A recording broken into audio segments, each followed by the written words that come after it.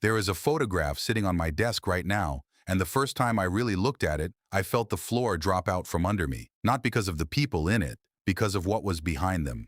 It is a family portrait, ordinary in every way. A man, a woman, three children arranged in front of a fireplace, all of them dressed up, all of them looking at the camera with that stiff, formal expression people used to wear in old photographs, like smiling was something they had not quite learned yet. The room around them is completely normal. Furniture, curtains, a rug, a side table with a vase on it. Everything exactly as you would expect, except every single reflective surface in that room is covered. The mirror above the fireplace, the glass cabinet door to the left, even what looks like a framed picture with a glossy surface near the window. All of it wrapped in dark cloth, neat and deliberate, like someone had gone around the room specifically to make sure nothing was left exposed. I found that photograph at a street market on a Sunday morning, in a box of old prints that nobody was paying any attention to. I almost walked past it. I am genuinely glad I did not. Because that photograph is what started everything. I took it home, looked at it properly under good light, and could not stop thinking about it. I told myself it was a mourning custom. Someone had died in that family, and covering the mirrors was what you did. I believed that explanation for about a week. Then I started looking at other old photographs, not because I was searching for anything specific, just because I could not quite let it go. What I found over the following months changed the way I see my own home. I found the covered surfaces in photograph after photograph, not in households marked by obvious mourning, not in images with black armbands or funeral flowers or any of the other visual signals of grief. Just ordinary family photographs, ordinary domestic scenes, ordinary rooms where someone had carefully covered every mirror before the image was taken. I found them across different decades, different countries, different levels of wealth, from grand rooms with high ceilings and oil paintings to small, cramped spaces with barely any furniture at all. The cloth over the mirrors was the one consistent detail. Rich families used heavy velvet. Poorer households used whatever dark fabric they had. But the act itself was identical, deliberate, total. Every surface covered, every time. I started keeping a folder. Then the folder became two folders. Then I had a whole section of my desk given over to printed images and handwritten notes, and my partner was giving me looks that I completely understood and chose to ignore. Because by that point, I had stopped being curious and started being genuinely unsettled. This was not a mourning ritual. Mourning rituals are regional. They fade in and out across generations. They appear in one community and not in the neighboring one. What I was looking at in those photographs was something that crossed every boundary I could think of: geography, language, class, religion, something that ordinary people across the entire Western world had done, quietly and consistently, for a very long time, and something that, at some point, had simply stopped. No argument, no public debate, no gradual fading. Just gone. I want you to sit with that for a second. 400 years of a universal nightly habit practiced by millions of people across dozens of countries, and it disappears so completely that most people alive today have never heard of it. Not as a footnote, not as a curiosity. It disappears as if it was never there at all. That kind of disappearance does not happen by accident. And the moment I understood that, I understood that the photographs were only the beginning of what I was actually looking at. If this kind of story is something you want to follow, please subscribe and leave a like right now. It genuinely helps more than you know. And this is only the start of what I found. The mirror that is sitting in my hallway right now did not come from a shop. It came from my grandmother's sister, a woman I will call Margaret, who passed it on to my family without much explanation, other than that it had been in her home for a long time, and she did not want it anymore. That should have been a warning sign. Margaret was not a woman who gave things away. She was careful with her possessions in the way that people who grew up without much tend to be careful. So when she called my mother one autumn and said she wanted the mirror taken out of her house, and said it in that particular flat tone she used when she did not want to discuss something further, my mother said yes and arranged to collect it, and nobody asked any questions. I was not thinking about any of that when I hung it in the hallway. I was thinking about whether it was level. It is a heavy piece, dark wood frame, the glass slightly off in color, not quite the clear neutral reflection you get from a modern mirror. There is a faint warmth to it, almost amber, and the depth of it is unusual. When you stand in front of it, The reflection feels like it has more dimension than it should, like you are looking into the surface rather than at it. I noticed that the first evening and thought it was interesting. I did not think it was a problem. The first night it was on the wall, I woke up at some point in the early hours for no reason I could identify, no sound, no movement, just awake, suddenly with that very specific alert feeling that is different from normal waking, the feeling that something has changed in the room. I lay still for a moment, then got up for water, and as I passed the hallway, I did not look at the mirror. I want to be honest about that. I did not look at it because something in me, something below the level of conscious thought, had already decided that looking was not a good idea. I got my water, I went back to bed, and the next morning I started researching where the mirror had actually come from. What I found sent me straight back to those photographs, and to a question I had not thought to ask before. Why did the people in them stop covering the glass? The old household guides I found did not read like superstition. They read like safety manuals.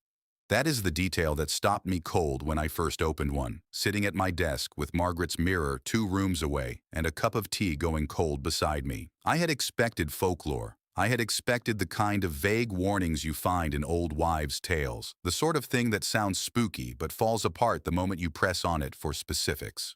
What I found instead was precise, methodical, written in the same calm instructional tone as the sections on preserving fruit or maintaining a clean kitchen. The chapter on reflective surfaces in one guide, I managed to find a scanned copy of read like something written by a person who had thought very carefully about the problem and wanted to make sure the reader did not make a preventable mistake. The covering cloth had to be of a certain weight, not just dark, not just opaque, but dense enough that no light passed through it in either direction.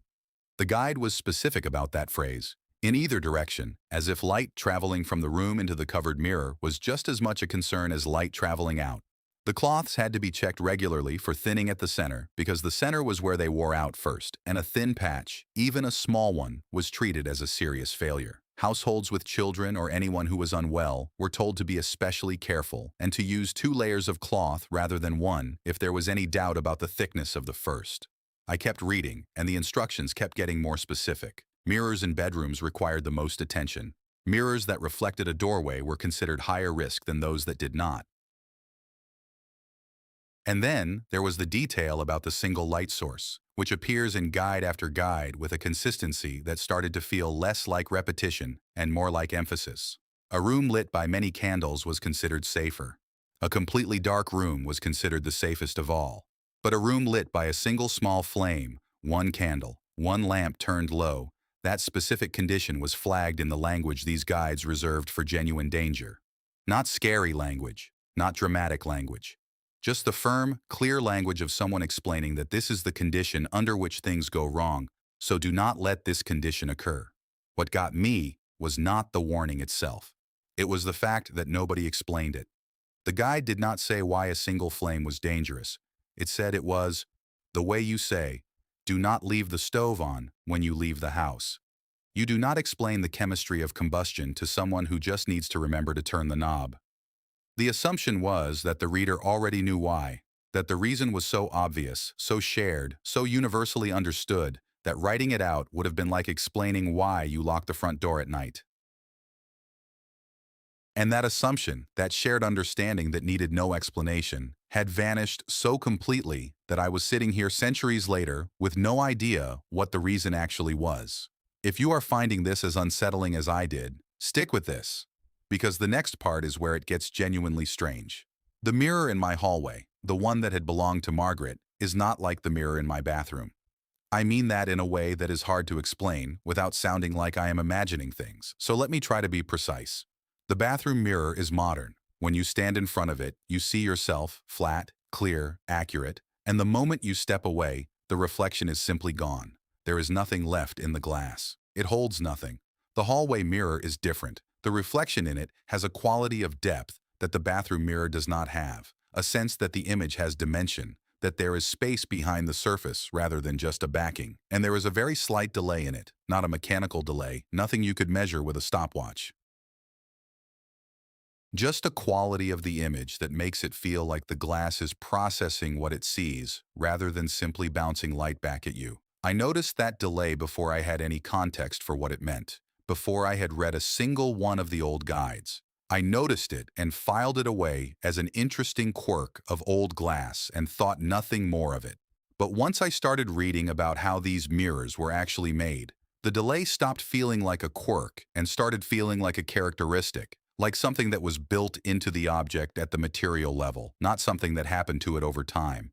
The mirrors of earlier centuries were not manufactured. They were made by hand, by craftsmen who worked with materials that were genuinely harmful to them, a process involving mercury that produced glass with properties modern mirrors simply do not have. The people who spent their lives making these objects often ended up with trembling hands and clouded minds before they reached old age. The glass they produced before that happened had a depth to it that observers across multiple centuries consistently described in the same way. Not flat, not simply reflective, spatial.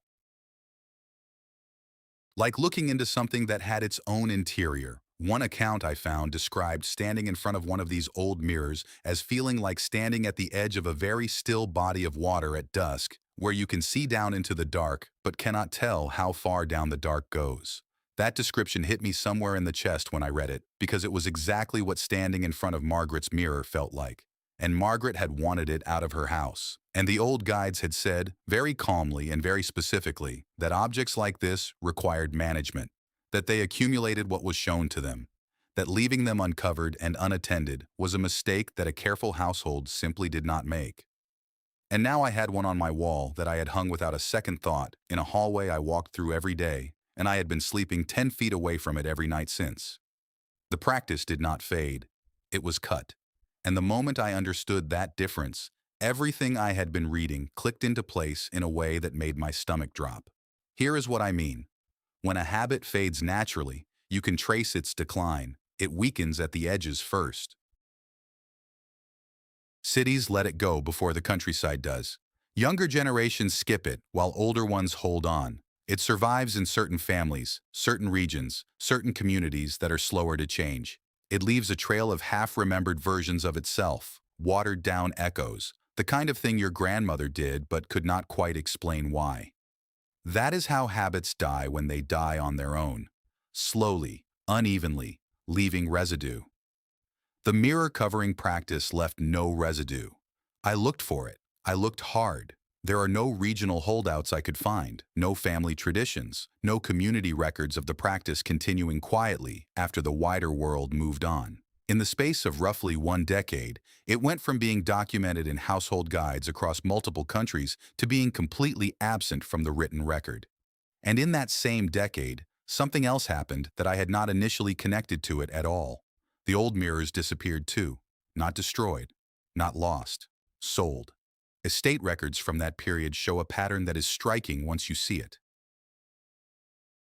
Old mirrors, the heavy mercury-backed kind that had been in families for generations, were being cleared out of homes in large numbers and replaced with the new factory-made product. The new mirrors were cheaper, yes. They were clearer, yes. But the speed and the scale of the replacement was not what you would expect from a simple upgrade. People were not gradually swapping out old pieces as they wore out. They were clearing them wholesale, often selling them at prices far below what an antique object in good condition would normally fetch, as if getting rid of them quickly mattered more than getting a fair price.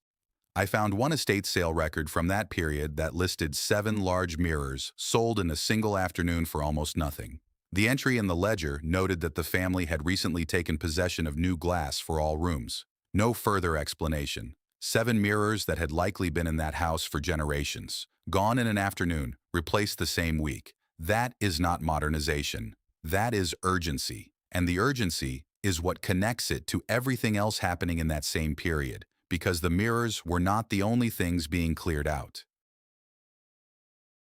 Those same decades saw the removal and demolition of a specific kind of architecture that had existed across the Western world. Grand, ornate buildings with a design language that does not quite fit any of the historical categories we use today.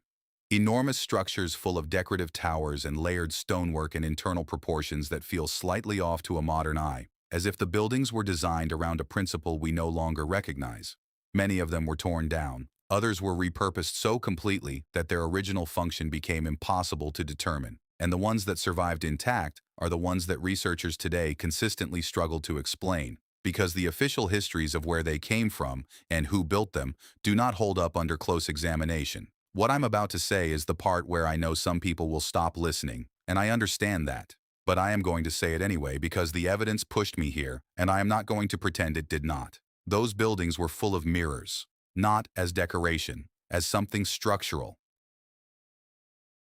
The mirrors in those spaces were enormous, positioned with a precision that went far beyond aesthetic choice, placed at specific angles relative to each other, and to the windows, and to the orientation of the building itself. And the people who lived and worked in those buildings covered their mirrors every night with the same calm routine that ordinary households across the world followed. Because the mirrors, in that older understanding, were not passive objects. They were doing something, something that required supervision, something you did not leave running unattended. I sat with that idea for a long time before I was willing to follow it any further. Because following it means asking a question that sounds completely unreasonable until you have spent enough time in the records to know that the people asking it before you were not unreasonable people. The question is this: when the old buildings came down and the old mirrors were cleared out and the practice of covering them was quietly dropped from every household guide printed after that decade, was that a series of coincidences driven by technology and changing taste, or was it a decision? A single coordinated decision made by people who understood exactly what they were decommissioning and why it needed to stop. I could not answer that question from the records I had, but I found something that got me closer, and it started with a box of old letters that should never have survived at all. The letters were not supposed to exist. That is the first thing the man who showed them to me said, and he said it quietly. The way people say things they have thought about for a long time and are still not entirely comfortable saying out loud. His name was Daniel. He ran a small archival research service out of a cluttered office above a print shop, the kind of place that smells permanently of old paper and machine oil, where every flat surface is covered with stacked folders and the single window looks out onto a brick wall. I had found him through an online forum where people who research this kind of forgotten domestic history occasionally surface and talk to each other. He had posted something brief and careful about household documentation from the period I was investigating, and I had written to him, and 3 weeks later I was sitting across from him at a table covered in acid-free document sleeves while he explained why the letters I was looking at should not have made it to the present day. They were personal correspondence, a collection of letters written by a woman named Clara to various members of her family over the course of roughly 15 years. Clara had been educated, articulate, and clearly accustomed to writing letters that were meant to be kept. The handwriting was careful, the paper was good quality, but the content of the letters was what had apparently made them inconvenient enough that someone had made an effort to remove them from the family archive they originally belonged to. Daniel had acquired them through a sequence of sales and transfers that he described as fortunate and left it at that. The letters that concerned me most were a sequence written to Clara's adult son Thomas, who had recently moved into a furnished house that came with several pieces of inherited glass. Clara's opening letter in the sequence was warm and practical in tone, the ordinary letter of a mother checking that her son had settled in properly. But midway through the second page, the tone shifted. Not dramatically, just into something more focused, more deliberate. The way a person's voice changes when they stop making conversation and start saying the thing they actually called to say. She told Thomas that she needed him to understand something about the mirrors in his new house, not because she wanted to worry him, because she wanted him to be careful, and careful required knowing. She wrote that there were 3 things that the old glass could show a person, and that knowing what they were in advance was the difference between handling the situation correctly and making it significantly worse by reacting badly. She called the first one the presence. She described it not as something seen, but as something felt, a change in the quality of attention in the room, a sense that the observation was coming from the wrong direction, not from behind you, where another person in the room would be, but from in front of you, from the surface itself. She told Thomas that if he felt this, he should leave the room without turning to look at the mirror directly. Just leave. Close the door. The presence, she wrote, responds to attention. Looking directly at it is the equivalent of answering a knock at a door you do not want to open. She called the second thing the echo. This is the one that made me put the letter down for a moment when I read it, because her description of it was so specific and so calm that it hit harder than anything dramatic could have. She described standing in front of the glass and watching your own reflection with the particular quality of attention you bring to something you are not sure about. And she described the moment, if the echo was present, when the reflection would develop a lag. A small one, a fraction of a breath behind your actual movement.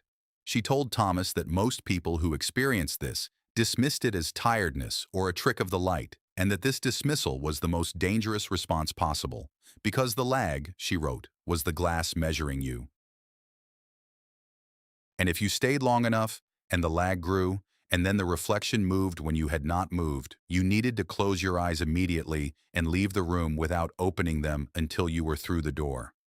She called the third thing the guest. She spent less time on it than the other two, which itself felt like information. She simply said that if Thomas ever saw something in the glass that had no person in the room to account for it, he was not to speak, not to move toward it, and not under any circumstances to attempt to interact with it.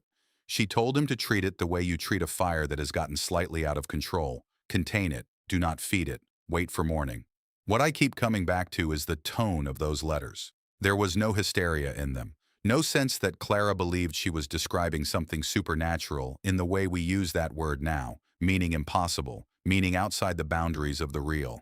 She was describing something she understood to be real, to be manageable, and to be dangerous only when approached without the right information. The way a person who works with electricity describes the rules around it, not fearfully, practically. Because the alternative to knowing the rules is getting hurt by something that the rules exist precisely to prevent. And she was trying to make sure Thomas had the rules before he needed them. Because she already knew, I think, that the world he was growing up into was not going to give them to him from any other source. Clara's letters described a procedure for destroying an occupied mirror, and it was so specific, so step by step, so clearly written from experience rather than theory, that reading it in Daniel's office made the back of my neck go cold in a way I am not embarrassed to admit. She did not call it a ritual. She called it a correction. The word choice matters because a ritual implies ceremony, implies belief, implies something performed for symbolic reasons. A correction implies a practical response to a practical problem. Something went wrong. Here is how you fix it. Clara wrote it out for Thomas not because she expected him to need it immediately, but because she wanted him to have it before he needed it, the way you show someone where the fuse box is on the first day in a new house. Not because anything is wrong right now, but because the moment something goes wrong is the worst possible time to be figuring it out for the first time. The procedure began at noon. Not morning, not evening. Noon, specifically. Full daylight. The sun as high as it gets. Clara was precise about this and underlined it in the letter. The person removing the mirror was not to look at its surface directly at any point during the removal. She described the correct approach as peripheral, keeping the mirror at the edge of your vision while your hands found the frame and lifted it from the wall. The moment it was free of the wall, it was to be wrapped immediately in cloth that had never been used before. New cloth, still carrying the smell of the shop it came from. She specified that the wrapping had to be complete before the mirror was carried out of the room. Not mostly wrapped, completely wrapped, with no surface exposed. It was then to be carried outside and away from the house, and away from any other reflective surface, any window, any standing water, anything that could catch and hold an image. And there, with at least one other person present as a witness, it was to be broken. Not cracked, not damaged, broken completely into pieces small enough that no single fragment retained a shape that could produce a coherent reflection. Clara noted that this part of the procedure was the one most people were tempted to rush. And that rushing it was a mistake. Every piece had to be checked. If any fragment was large enough to show a face, it was too large. The pieces were then to be buried in separate locations, not all together, divided, spread out, none of the locations within clear sight of any other. And the cloth used for the wrapping was to be burned the same day, completely, not left to be reused or discarded, burned. What struck me about this procedure, sitting in that paper-smelling office with Daniel watching me read, was not how strange it was. It was how logical it was, once you accepted the premise. Every step addressed a specific risk. The noon timing minimized the danger during removal. The averted eyes prevented direct engagement. The new cloth ensured no residual history in the wrapping material. The complete destruction prevented partial reflections. The separated burial prevented any reassembly of effect. The burning of the cloth closed the last possible open channel. This was not superstition dressed up as procedure. This was problem solving by people who had encountered the problem enough times to know exactly which steps you could not afford to skip. Daniel told me quietly that the last documented use of this procedure that he had been able to find in any record predated the mass replacement of the old mirrors by only a few years. After that, silence. Either the new mirrors genuinely did not produce the same conditions, or the knowledge of how to respond had been removed from circulation before anyone could write it down again. He did not know which. He said he had spent a long time not knowing which, and that it was the question he found hardest to sit with. I drove home from that meeting in the early evening, the light going orange and flat across the roads, and I thought about Margaret the whole way. Margaret, who had called my mother in that particular flat tone and asked to have the mirror taken out of her house. Margaret, who had never explained why. Margaret, who had been, now that I thought about it, very specific about one thing when she handed it over. She had told my mother, almost as an aside, almost as if it did not matter, that the mirror should not be left uncovered at night. My mother had nodded and forgotten it within the week. I had never been told at all. The mirror had been hanging in my hallway for months, uncovered every night, 10 feet from where I slept. I want to be honest about what happened when I got home that evening. I did not do anything dramatic. I did not take the mirror down. I did not cover it immediately and call someone in a panic. I stood in the hallway and looked at it for a long time in the last of the evening light, that amber-tinted depth of it, that quality of seeming to hold more space inside it than the physics of the situation should allow. And I made a decision that felt in that moment like the most rational thing I had done in months. I went to the linen cupboard, found the heaviest piece of dark fabric I owned, and I covered it. Completely. Every inch of the surface. I smoothed the cloth flat against the frame, making sure there were no gaps at the edges, and then I stepped back and stood in the hallway and breathed. The hallway felt different immediately. I know how that sounds. I know the easy explanation is that I felt better because I had done something, that the action itself produced the sense of relief, regardless of whether the action was necessary. Maybe that is all it was. But the quality of the silence in that hallway, after the mirror was covered, was genuinely different from the quality of the silence before. The room felt less attended to, less observed, like something that had been running quietly in the background had been switched off, and the absence of its noise was only noticeable once the noise was gone. I check the cloth every few days now. Clara's letters are specific about that. The center wears first. I have not found any thinning yet. But I check. Here is what I think this whole thing actually means, and I want to say it plainly because I think the plain version is more unsettling than any dramatic version could be. We live in a world where an enormous amount of practical knowledge has simply been discontinued, not disproven, not replaced with something better, just dropped quietly in a short window of time by decisions made at a level most ordinary people never had access to. And we inherited the world those decisions produced without inheriting the understanding of what was decided or why. We assumed the absence of the old precautions meant the old precautions were unnecessary. But absence of knowledge is not the same thing as evidence of safety. It just means nobody told you. So here is what I want to ask you, and I want you to think about this genuinely before you answer. If the people who replaced the old mirrors and removed the old instructions believed the new mirrors were safe, why did they never explain what they were making them safe from? Why was the discontinuation of the practice never announced, never debated, never justified publicly? You do not quietly remove a safety procedure without explanation unless the explanation itself is the thing you most want people to forget. Think about that, and then go look at the mirrors in your home tonight. Really look at them. Ask yourself where they came from and how old they might be. And ask yourself whether anyone, ever, in your entire life, thought to tell you what your great-great-grandparents considered basic enough to teach their children before they taught them anything else. If this story stayed with you, if it made you see something you walk past every day in a completely different way, please leave a like and subscribe to this channel. It is the only way more people get to hear what the official histories chose to leave out, and there is a great deal more that they left out.